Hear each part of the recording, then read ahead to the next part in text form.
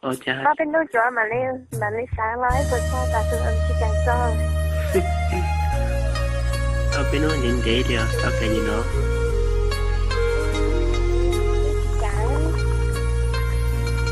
Nó suối rồi giống bé. Cái chiếc xa. Và ta cái đi thì phải xa nó đi. Lại một cái răng cao chưa à? Ta cho con chị. Như thế nó ta dưới lì, nên có thể ta nó đi. Chào. Nhiều tí về cơ thể. Để cho cô đức xóa trẻ. Thế lực trẻ qua đó tao hãy cho nó con hồn. Khi hai lực trẻ hò. Nhà nó cứ thực ra nó cái hò. Cái chị hả nông nó, thế thảo tí chị mới sẽ hả nông là thế. Không sao à.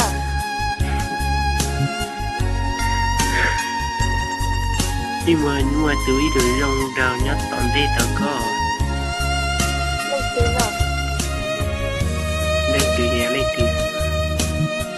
Giờ hai tiền nó mấy tiền nó đâu ra coi sẽ nhiều đâu. Ta làm để thích lâu liền. Đã chi ở lúc sẽ lo một số thường đợi thế lý do à. Thích lâu là lên đòi. Không nhìn lên tiền có mất xe liền. Đúng rồi. Coi ở đó đến chị nào chứ. Thích lâu nhìn nó tàn chuyện đó. Ta được dạy. Còn đấy chơi. Chết của tao để lấy vô rồi. Là nó biết của Từ lúc có tiền chị nhắn tạm đấy tao có à. Cô trả lúc có một thứ là tới là tôi có lối tiền. Cho các tao nó đánh chọn rơi của nó xé rồi. Tôi xa lên của chị. Anh thích cho xa lên. Tôi xa trên. Chế có tí lâu.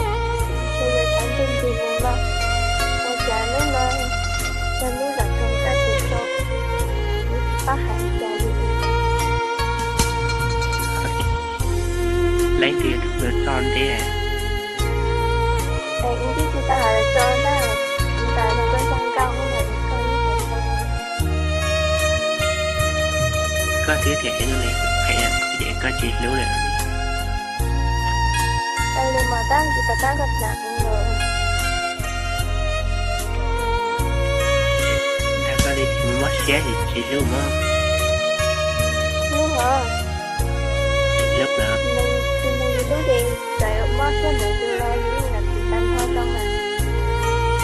cô ta cái gì qua thì là chi thì tao nó đi. Thật ra thì bên vô tôi là hơi xíu là sợ nó biết cho mình. Rồi thấy là chị ta hả? Cho nên mà chị dâu nó có gì như là chị dâu mới tiền để có phát sức này ăn được. Cho nên đã chị rất cũng là Có số đồ cho nên là chế phải à. Rồi nữa mà. lúc mà Là số giờ. hả? Là số giờ. Lúc thì khó. Thì rất khó nhưng mà tao dù với chị ta mới. Tao dù như lúc tại vì tao hoa xíu.